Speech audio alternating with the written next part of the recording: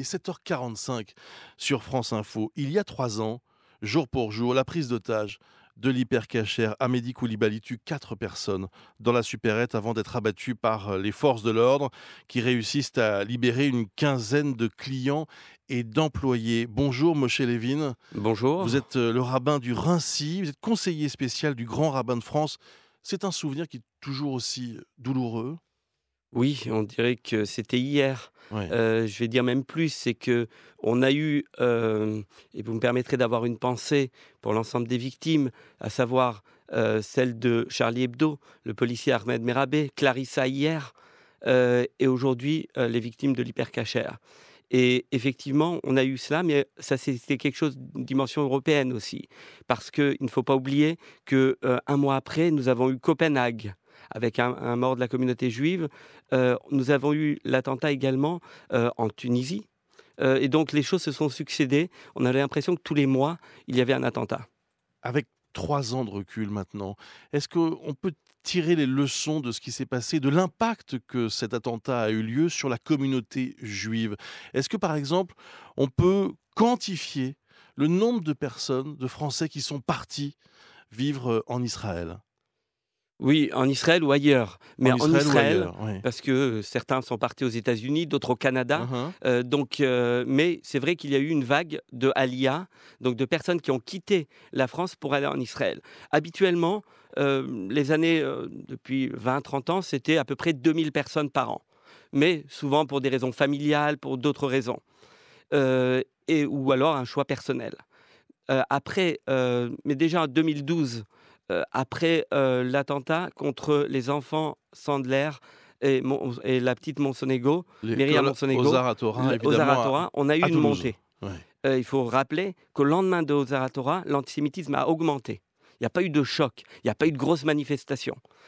Et à ce moment-là, on a eu une première vague, une deuxième en 2015 où les chiffres donnent à peu près 7 000 personnes, Mmh. comparé à 2000, c'est-à-dire qu'on a une hausse, importante. Assez significatif, oui. Est-ce que des Français qui étaient partis vivre en Israël ou ailleurs sont revenus depuis?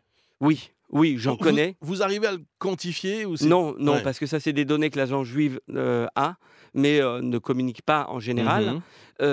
Mais je sais, pour être présent au niveau, local, national, je vois très bien que beaucoup reviennent. Et puis, il faut modérer ces chiffres parce que certains travaillent en France, continuent à travailler en France, ont fait leur Aliyah, Oui. mais ce qu'ils appellent la Boeing Aliyah, c'est-à-dire qu'ils vont en Israël, leur famille est en Israël et eux viennent travailler le week-end, ils retournent en Israël. Ils font les Ils allers-retours font les allers-retours, ce pour que je pouvoir déconseille fortement parce que pourquoi? ça brise des couples. Mmh. Heu, Qu'est-ce qui a changé depuis 3 ans?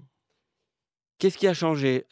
Quelque chose de fort, et je crois que si on a eu une baisse de l'antisémitisme, parce qu'il faut le souligner, la France est le seul pays au monde, cette année, où les chiffres d'antisémitisme ont diminué de 60.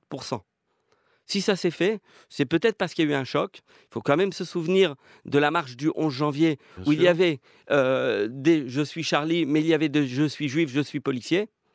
Donc c'est un premier fait. Il y a un deuxième fait, c'est que, et ça il faut le remercier Manuel Valls, qui a, mis en place à la DILCRA, la délégation, interministérielle pour la lutte contre le racisme et l'antisémitisme, aujourd'hui LGBT, heu, qui a mis un budget, qui a fait nommer un préfet, Gilles Clavreul à l'époque, et qui a fait un travail de fond.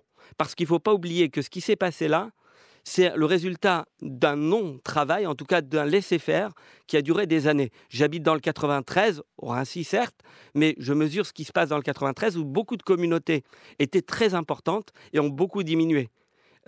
Prenez Saint-Denis, 100 personnes le Shabbat, aujourd'hui même pas 10. Et ainsi de suite, la communauté juive a quitté ces banlieues qui étaient difficiles. Merci beaucoup, Moshe Levin. Je rappelle que vous êtes le rabbin du Rincy en Seine-Saint-Denis et conseiller spécial du grand rabbin de France. Merci à vous.